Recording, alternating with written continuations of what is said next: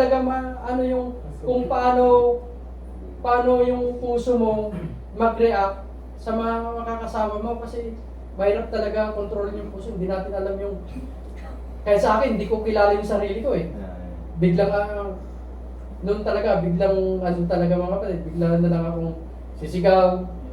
Alam mo mga kapatid, yung pag hindi ko maano yung sarili ko noon, talaga, nung wala pa ako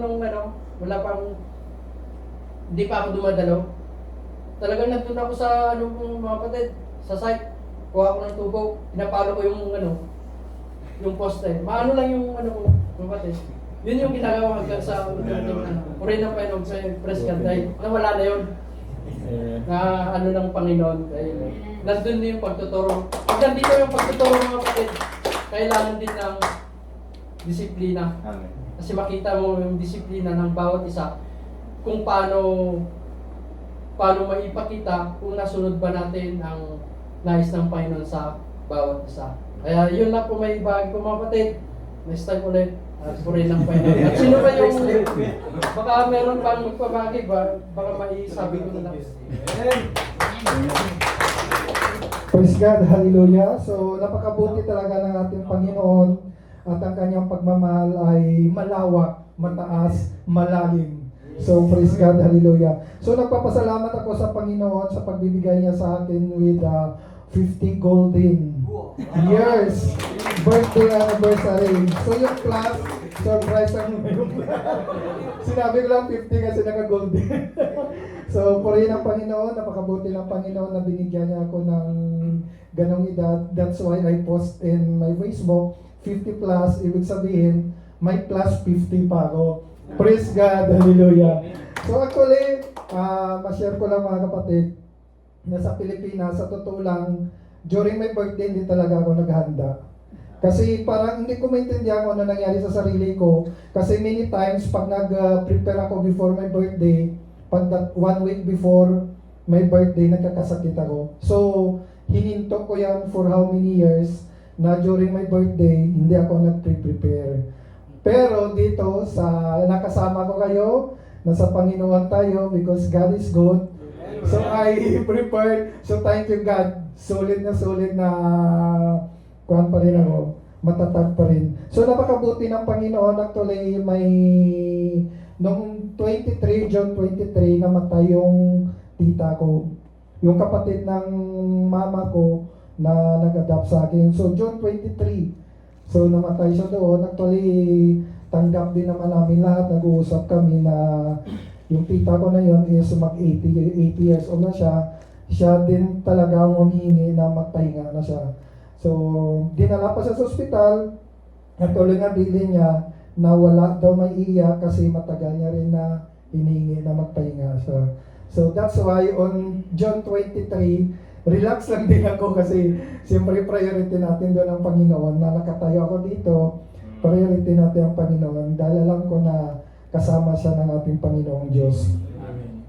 And then one time, ngayon lang din, may yung kapatid na yung tita niya kasi nasa Hong Kong na born again. Mayroon silang doon na sanctuary. Ang tawag doon is Hong Kong His Sanctuary. So that is a born again. So actually nung bago ako bumalik dito sa Saudi, sabi niya gusto niya talaga doon ako pumunta sa Hong Kong. Pero makulit ang isip ko, makulit ako. Dahil gusto ko dito sa Saudi kasi ito talaga ang plano ni Lord. Kasi kung doon ako sa Hong Kong, doon din ako mananatili sa ng His Sanctuary, sa born again na church ngayon. Ng visit visa, pero after that, dire-diretso na kami. Kasi yung mga pinsan ko nandoon, visit visa lang sila. Doon sila natuloy sa sanctuary na yon hanggang nakahanap sila ng trabaho. So tuloy-tuloy lang hanggang nagiging 5 years na sila, 6 years na sila. So sa akin, napakabuti ni Lord, iba ang plano ni Lord, kasi dito niya ako dinala sa Saudi Arabia para makasama ko kayo. Kasi alam ko this is a preparation para kay Lord, kasi nasa Middle East area, itong Saudi. So this is a preparation na tinawag natin para ma-welcome natin si Lord sa pagbabalik ni Lord. Amen. Hallelujah. So yun lang ma-share ko. So patuloy lang tayo sa Panginoon. Panindigan natin at sundin natin ang kalooban ng Diyos. Hindi aksidente na tinawag tayo dito. This is by calling of our God na ang pagmamahal niya ay walang katapusan, walang hanggan para sa atin. Amen. Sige tayo. Praise God sa buhay mo kapatid. Marami man tayong plano. Labas pa rin ang plano ng Panginoon na ikaw yung gagamitin pa dito mga kapatid. Amen. Kaya yan daw ang sarili dahil may purpose ka dito mga kapatid. Kaya dito pa rin nila. Amen. May papawit. Hindi tumayo eh. Papaawit. Ay!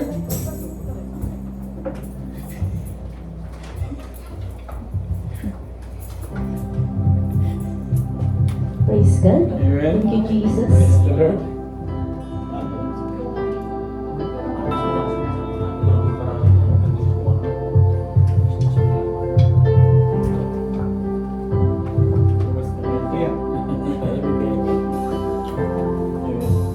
Amen.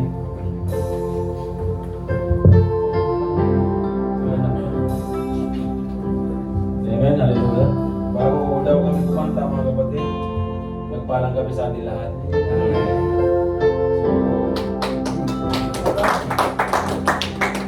Ang title ng kanta mga kapatid, Champion. Amen. Kaya sabi ng Panginoon sa kanyang salita, and I, if I am lifted up from the earth, will draw all people into myself. Amen. So, is our champion mga kapatid. Amen. Amen. Tatandaan po natin, walang makakalusot sa Panginoon Jesus natin mga kapatid. Walang makakaiwas sa Kanya. Amen. Amen. Tatandaan po natin. Yes. Because is our champion. Hallelujah. Amen. I've tried so hard to see it. Took me so long to believe it.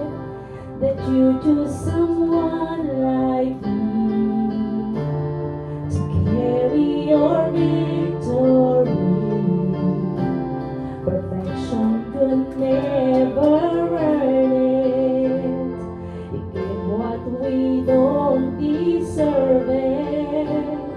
And you take the broken things and raise them to glory.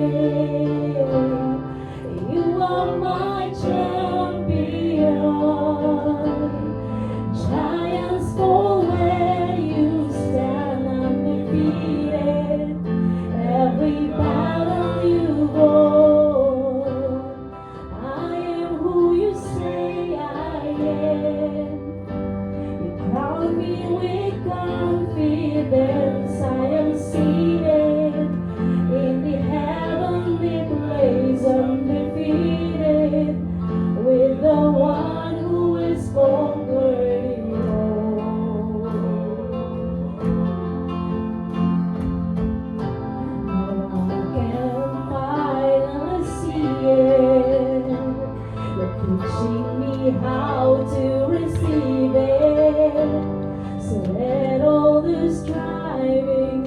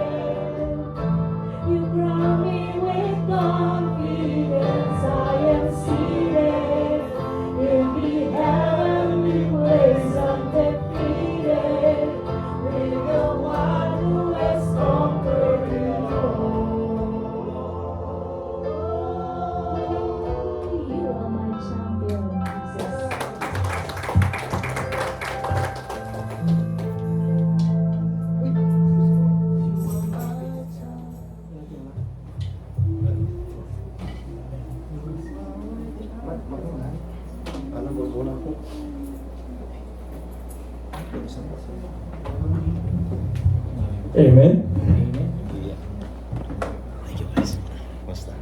Praise God. Hallelujah. Isang biyaya sa ating Panginoong Hesus kung saan sa muli magkasama tayo muli. Amen. May control room ba? Kuya Phil? Amen. Giving time. Tayo po, personal, tinatanong po ba natin si Lord, Lord, ano po yung binigay ko sa iyo? Sa katayuan ko ngayon, Panginoon. May binigay ba talaga ako sa iyo, Panginoon? O hanggang ngayon, marami akong reservasyon, marami akong gusto na hindi mo gusto sa buhay ko.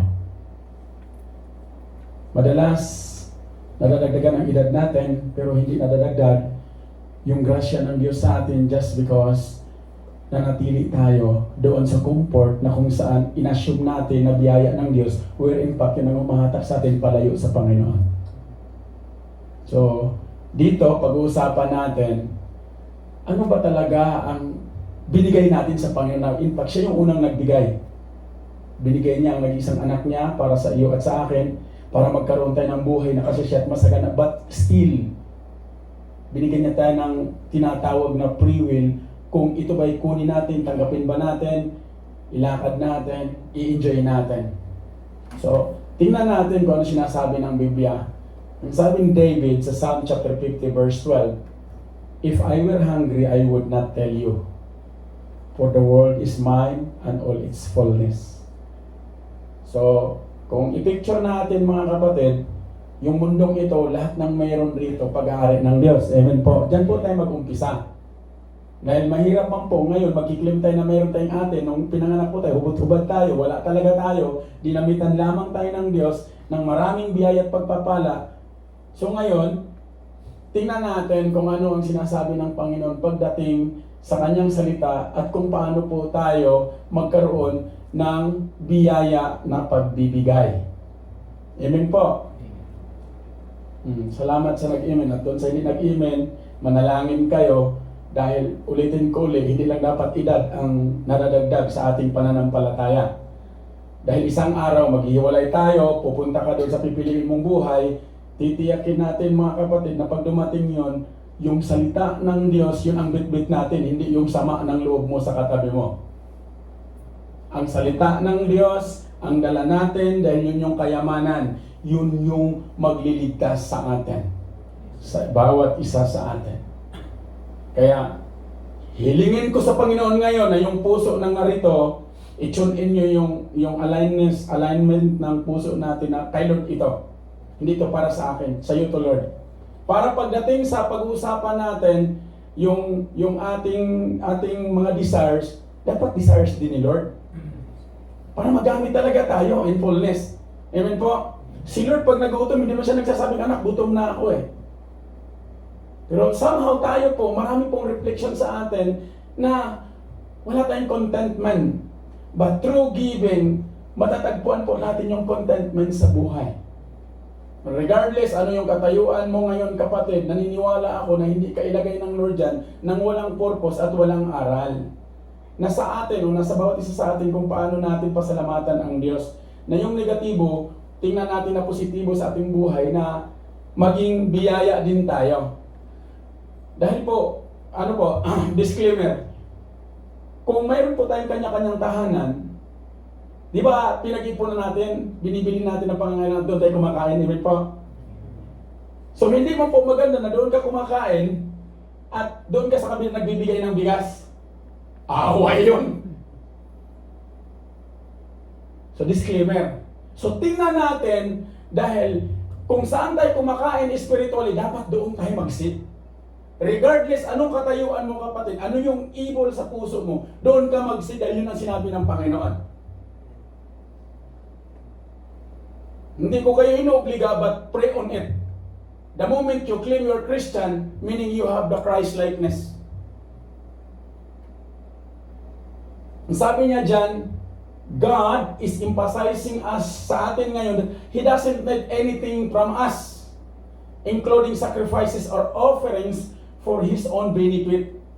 Instead, He is calling you and me today as a church to have a genuine worship. Giving is to worship God. Obedience and right relationship with Him. Amen po. So parti po yan sa ating paglakad bilang mananampalataya. Hindi po kita pinipilit mga kapatid o kapatid na magbigay. Pero nais kong maintindihan mo kung ano ang aral pagdating sa salita ng Diyos. Dahil kahit sino ang pupuntahan mong gawain, kanino kang kongregasyon aatin, hanggat hindi mo binigay ang puso mo, hanggat hindi mo isinuko sa Panginoon ang iyong buhay, kapatid, you are empty-handed. Ayaw po natin na maging empty tayo, kaya nga pinupunuan tayo ng Diyos. God tell us to give because He wants His children to be like Him.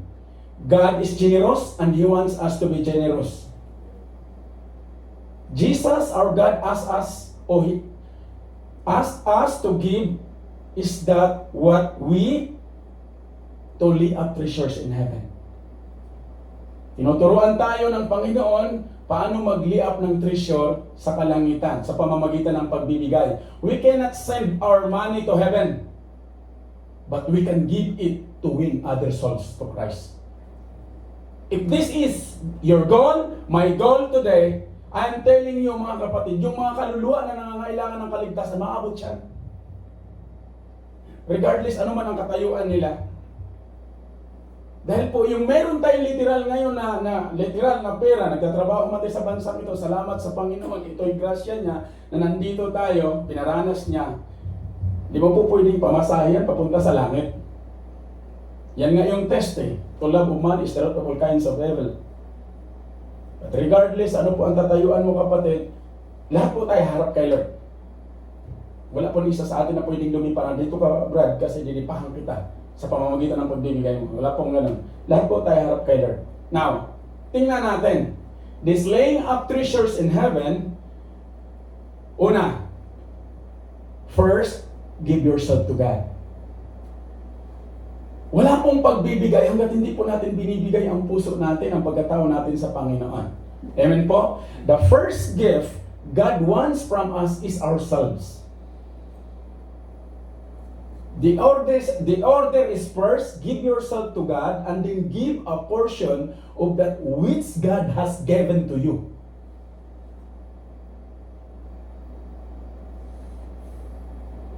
Christians, we as a Christians, tingnan po natin yung mananampalataya sa Macedonia. Kung mabasa nyo yan doon sa sinulat ni Paul, ang mga mananampalataya sa Macedonia, they are, alam nyo yun, yung nag-uunahan sila sa pagbibigay regardless sa kahirapan nila. Kami naman ang mag-host. Salamat sa host ng kitchen. Kami naman, Brad, out of their poverty, they are eager to give. And I'm praying this church, the same na feeling ng Holy Spirit na regardless ano po yung katayuan, sitwasyon, dapat nauuna sa puso natin na, si Lord, may binigay na sa akin, pero bakit di ko kayang gawin to? Bakit nagkukwenta ako? Bakit marami akong hinder? Yun po yung magandang panalangin. In 2 Corinthians chapter 8 verse 5b, first they give themselves to the Lord, and then by God's will, they give themselves to us as well. Nakarating sa atin ngayon, tama? Amen? Nakarating sa atin yung testimonial nila. Paano po sila nagbigay? Pangalawa, give as God has prospered you. Hindi po tayo makapagbigay not unless hindi po pinrosper ni Lord ang trabaho ng kamay natin, ang inapakan natin. Amen po? Kaya nga po pinagpala tayo dahil gusto ng Diyos through us as a vessel, alulod ng biyaya, makapag-bless din tayo. Ang problema ang malaki ngayon sa sangkatauhan ganito. Kailangan kong mag-ipon 5 years from now, magpatayo ako ng malaking kulungan ng mga baboy at magkaroon ako ng negosyo. Wala pong mali sa plano. Alam niyo po kung saan ang mali? Yung bisahan ng puso. In Old Testament, God commanded His people to give the first 10 of all they earned to Him. Old Testament. In New Testament, God has not laid down a law as to how much we are to give. Instead, God's word says, in 1 Corinthians chapter 16 verse 2, Every Sunday, every congregation service, each of you must put aside some money in proportion of what you have earned and save it up. Meron pa po ba? May kasama pa po ang buenas? So that there will be no need to collect money when I come. Madalas po, hindi minsan madalas. Pag nakikita ko pong nagpo-post si Brad pagdating sa kitchen, Lord, hindi ko to tanggap. Hindi dapat kami to. Kasi wala pong ministerial na namamalimos. But why it happened to us? How could I learn more? Kayo po, tinitingnan niyo po yon, mga kapatid. We can take the 10% as a guide to the minimum we should give. But our giving could be much more than this. It depends on how thankful we are for the way God has blessed us and how strongly we desire to lay up treasures in heaven. And this is what it is, church. Hindi ko po aagawin yung mayroong sa kamay mo dahil biyaya ng Diyos yan. But take note, lahat po ay may purpose. Pangatlo, give systematically. Ano pong sabi niya? Giving is an act of worship. And our giving must not be a hit or miss. Alam niyo po yung na-hit ka or na-miss na proposition na pag tumira, ay, sablaya. Hindi po. Kaya pag nagbigay, siguraduhin mo kapatid na matumbok mo. Bakit? Because there is a promise when we have this kind of lifestyle. Meron pong dalang biyaya yan. Meron pong sekreto yan ang Panginoon. We are to give regularly and systematically on the first day of the week when we come to worship God. Regardless ano ang katayuan, oras mo man yan, skills mo man, huwag mong hayaan na hindi mo maibigay sa Panginoon. Sabi ni Solomon sa chapter 3 verse 9 and 10, honor the Lord by making Him an offering from the best of all that your land produces. If you do, your barns will be filled with grain and you will have too much wine to store it all. Salamat sa Panginoon. Pangatlo, give in addition sa give system. No one is excluded or walang exempted. Lahat po tayo. Amen po? Lahat po tayo, ha? Old and young, rich and poor, all must be involved in giving. Hindi na ako dadalo sa susunod na ibig. So, kayo muna lang. Relax.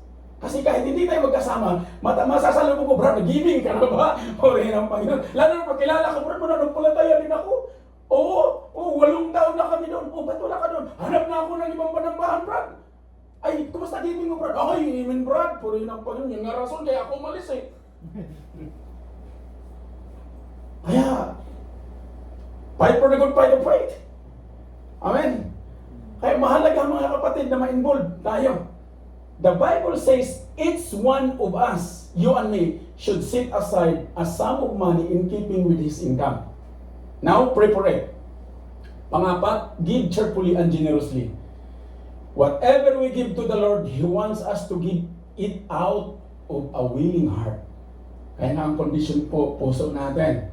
Oh, yes, si Lord, mapagmahal na Diyos. Hindi, yung pagmamahal niya, hindi yan kapareha sa pagmamahal na mayroon tayong tao. But God does not want us to give grudgingly or unwillingly yung nagko-complain. Dok mo na nga, palibag mo na naman yung ano ko, brada. Madalas po, ganyan tayo. Kasi bakit? Yung emosyon natin madarang. Mabilis. Mapalad po tayo na nanonondo tayo sa mga lingkod ng Lord. Ginagamit tayo na daluyan ng pagpapala niya. Kasi po bakit? Wala na magsasalita sa atin.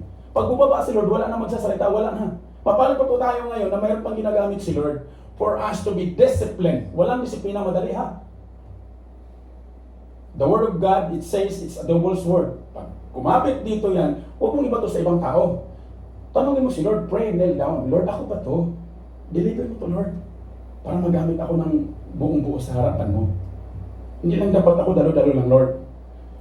The Bible says, in 2 Corinthians chapter 9, verse 7, you should each give Then as you have decided, not with regret or out of sense of duty, for God loves the one who gives gladly. Glad po ba tayo? At least kahit wala kang binigay, glad ka na. Amen? Kasi po, bakit ang requirement po para mananagumpay ang mga lingkod ng Lord? Dito yan. Solomon said, smile is the greatest medicine. Kaya nga maraming may nararamdaman just because they forgot how to smile. Saan po mapunta? Gulf Asia. Saan po lang yan? Alam niyo po mga kapatid, alam niyo po kung nasaan ang kagalingan na kay Lord. Subukan niyo lang. I'm not asking you and I'm praying. Test your faith on God. And I'm telling you, hindi lang di barware ang i-rebuke ni Lord. Your health, the future of your family will be settled by the Lord. I'm telling you that.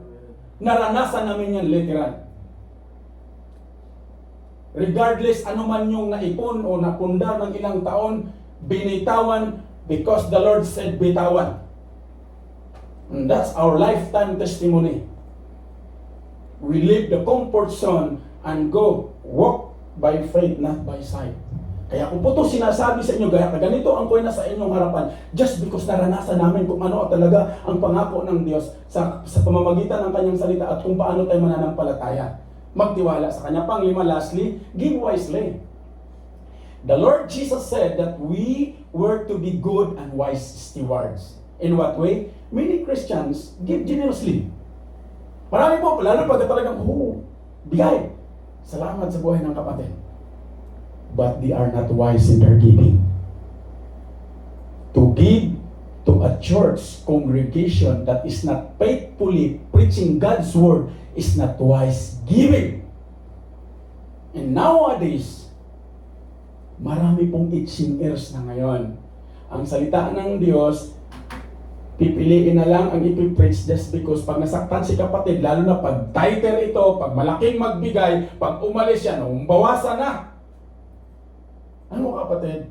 Regardless ano po ang magiging decision ng bawat isang personal, lahat po tayo harap kay Lord. Lahat po tayo. Amen? At yan po yung pinakamahalaga sa lahat. Dahil kung mabasa nyo, maalala nyo na parable of talents, mayroong isa doon naghukay, binaon niya. Yung pagdating ng Lord, nasaan na? Tawag siya, sabi niya, hangal ka pala eh. Sabi niya, alam ko kasi na mahigpit ka eh. So ano sabi niya, kung anong mayroon ka, kukunin pa sa iyo. At ayaw ni Lord na maranasan natin yung gusto ng Diyos na maging wise tayo sa ating pagbibigay. Amen po mga kapatid. We should be as careful in investing our Lord's money as we would be investing in a business. Bakit po? Saan po nagmula ang skills natin kay Lord? Saan po nagmula ang lahat ng resources kay Lord? And pa kay Lord talaga lahat eh. Kahit anong pilig kay Lord talaga lahat eh. Ngayon, it's time for us to honor God what we have. Hindi kailangan ni Lord yan, but it's a test. Dahil bakit marami pong kaluluwa na kailangan na marating sa pamamagitan ng mayroon kang provision, kapatid. We should invest it where it will bring the greatest spiritual returns. Amen po? Yan po yung goal dapat natin bilang mananampalataya. Tayo po ito mayo. Hallelujah. One of our testimony, church, kami bilang pamilya na kung saan iniwanan ang buong napundar sa Negros at tumawid ng maraming bayan. From Negros to Calapan, Mindoro, Batangas, hanggang Bulacan, Baguio, ngayon nagsisittle sa Rosario. Kaya ko po ito sinishare sa inyo mga kapatid, dahil kung hindi si Lord ang naging bearing or plug bearing ng pamilya, mga hindi namin gagawin to. Hindi namin gagawin yon. Bakit? Pinaghirapan po yun ng maraming taon. Bahay, mga material. Imagine niyo tong ganitong imagination na yung bahay na kumpleto sa lahat ng kagamitan na masabi mo talagang prominente. Additional na lang yung mga material na yung kaya mga motor, mga computer, additional na lang yan. Iniwanan yun for the sake of the Lord. And I would like to pray in this church that the same faith na pag lumakad, pag tumayo ka sa inupuan mo ngayon, paglabas mo kapatid, iwanan mo rito, ang sabi ng Panginoon, come to me and we will settle down. Iwanan mo rito yung pagiging kuripot mo at bitbitin mo ang kayamanan na galing sa Panginoon. Yung mga duda mo at takot mo, iwanan mo dyan. Bigay mo kay Lord.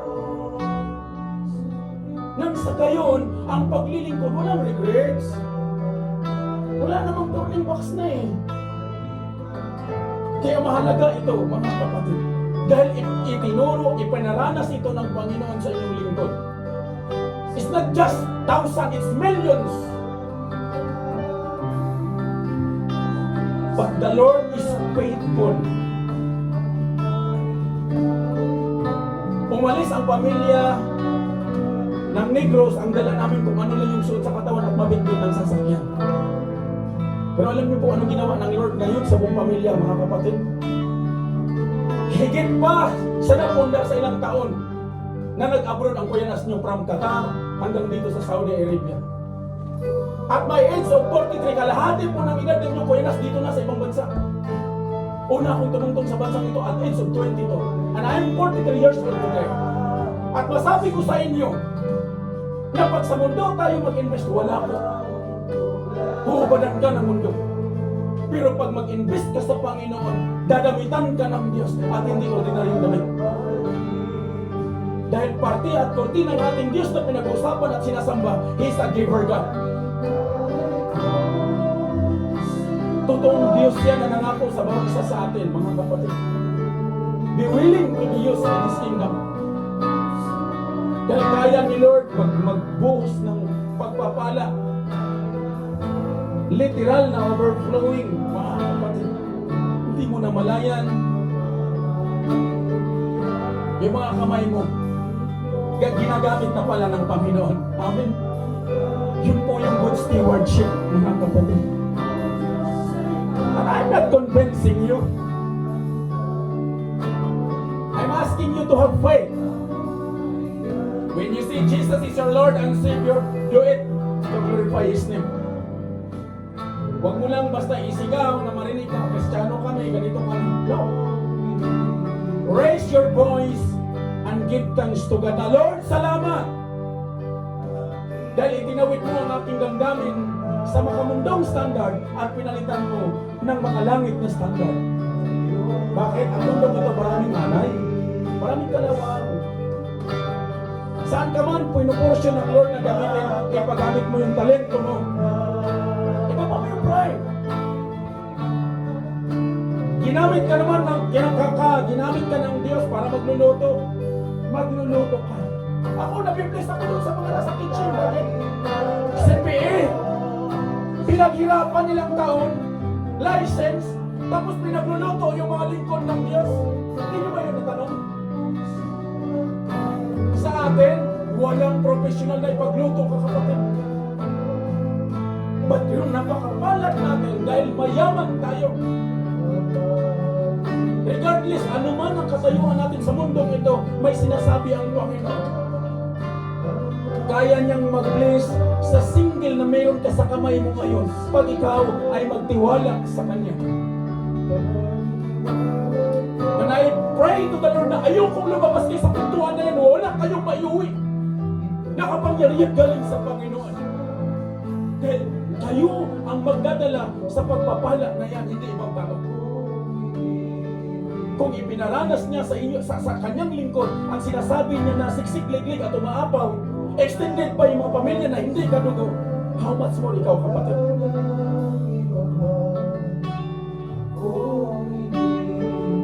Alam niyo po, one of that kind testimony, ang sabi ng ating alin, sa edad kong 43 dati, hindi kami nakapagpatayo ng bahay. Pero at age of 43, mayroon ng bahay ang pamilya. Nangyari po yan, mga kapatid.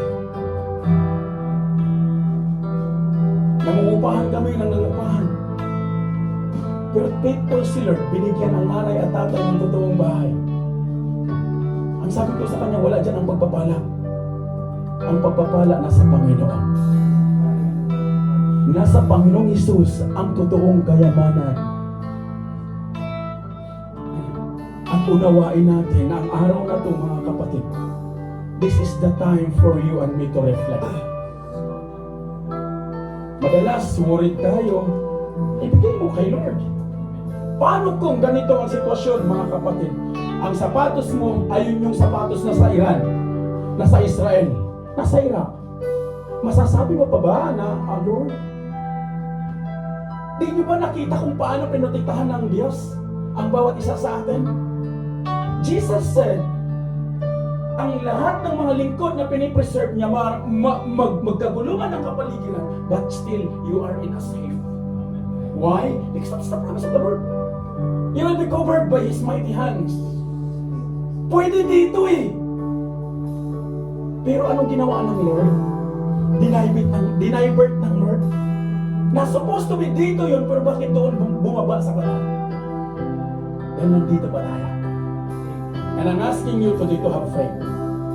No one knows what will happen next, but there is God who said He is truly living God sa bawat isa sa atin.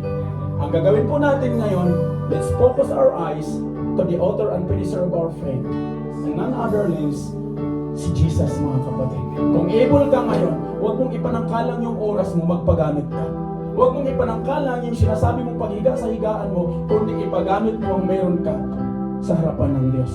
And that's called ministerial. Amen? Palampakan natin ang Panginoon.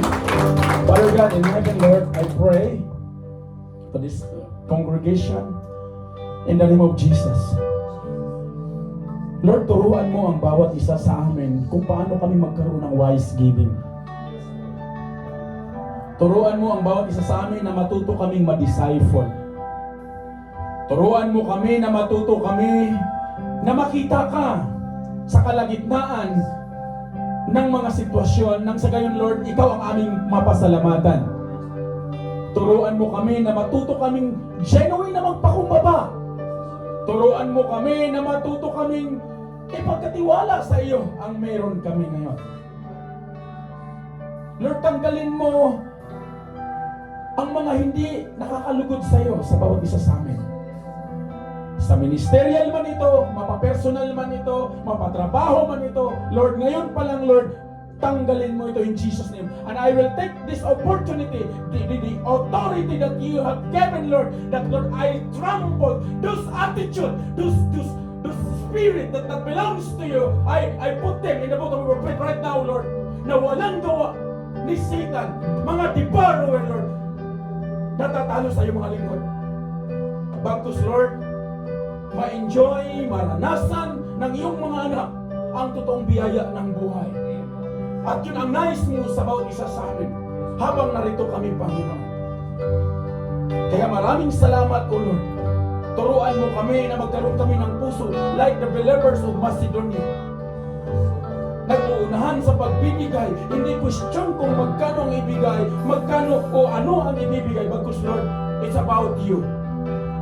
Inspire this church to be a testimony of giving. Inspire this church to be imparted to your kingdom. Lord, kung pinarating mo ito ng 8 taon, not by accident, kaya mong i-folded, Lord, ang lahat ng biyaya sa iyong mga anak. And that's declaration I pray in this church. Greater things are yet to come for you, kapatid. When you believe, when you trust the Lord with all your hearts. Lean not on your own understanding, but in all your ways acknowledge the Lord. Marami ka mang plano ngayon, subukan mo ang Panginoon. Trust Him with all your heart. Because the Lord said, He can multiple what you have today in your hands. Because He is a giver God we have. And Lord, I pray na sa bawat naghahandog, Panginoon, anuman ang meron silang handog, Lord, panalanginan mo ang mga kamay at ang mga puso ng iyong mga anak. 10 ng sambayanan. And Lord, Ikaw, Panginoon, ang mag-rebuke sa devourer in Jesus' name. Mga sakit, mga hindi maganda pagdating sa trabaho, in Jesus' name. And right now, Lord, inis mo, Panginoon, ang may hawak dito. Bigyan mo ng wisdom na hindi lang dapat, Panginoon, sa pang-anim na buwan ang mayroong giving portion ang panambahan na to. Bagkus Lord, magkaroon ng desire ang kongregasyon na to na mag-seek doon sa mga individual na o mga kaluluwa, Panginoon, na malayo, na sa remote, Panginoon, na nangangailangan. Gamitin mo ang kongregasyon na to, Panginoon. Mapa-individual man o mapa-congregational man, Lord. I pray na umpisahan mo sa bawat isa sa amin, kasama ang aming mga mahal sa buhay, hanggang sa doon sa mga kaluluwa na nangangailangan ng kaligtasan, Panginoon. Maraming salamat, Lord. Purihin ka sa lahat ng pagkakataon. Ito ay aming ihandog sa inyo na may pasasalamat. Sa ngalan ng Ama at ng Anak at ng Banal na Espiritu, in Jesus' name. Amen.